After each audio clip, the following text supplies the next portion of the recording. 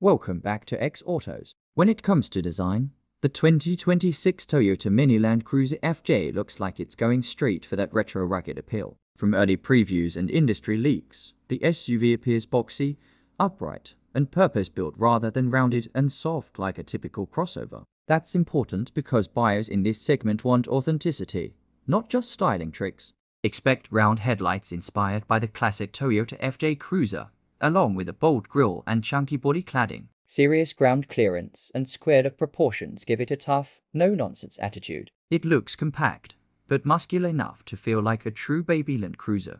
Short overhangs could improve approach and departure angles, making it more trail-ready than most small SUVs. Compared to the full-size Toyota Land Cruiser, it may be smaller, but the character seems just as rugged. The overall philosophy blends heritage inspiration with modern minimalism.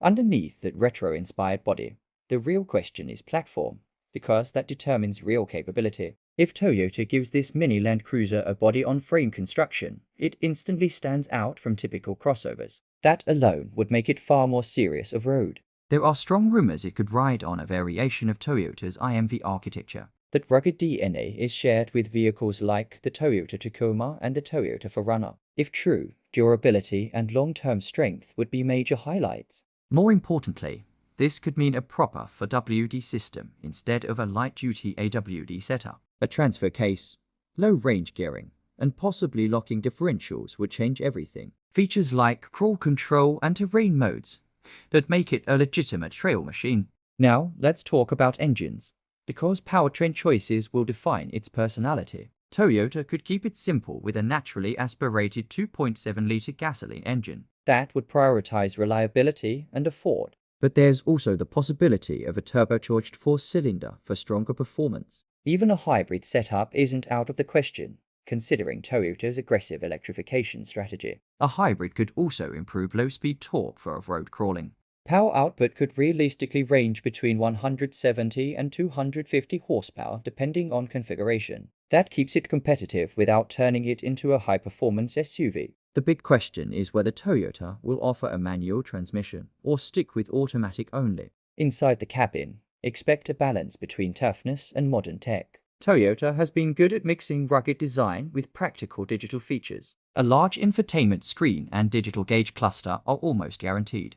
Hopefully, physical buttons remain for climate and off-road settings. When driving on rough terrain, touchscreen-only controls can be frustrating. Usability should matter more than flashy design. Materials will likely focus on durability over luxury. Think tough plastics, rubberized surfaces, and easy-to-clean seats built for adventure. The interior vibe may echo the Toyota Land Cruiser, but in a smaller, simpler package. Pricing could ultimately decide its success in the market. If Toyota targets a starting price between $25,000 and $30,000, it could attract a huge audience. A Ford will be key to its appeal. That would place it directly against the Ford Bronco Sport in many markets. In some regions, it may also compete with the compact Suzuki Jimny. Toyota's reputation for reliability could give it a major edge.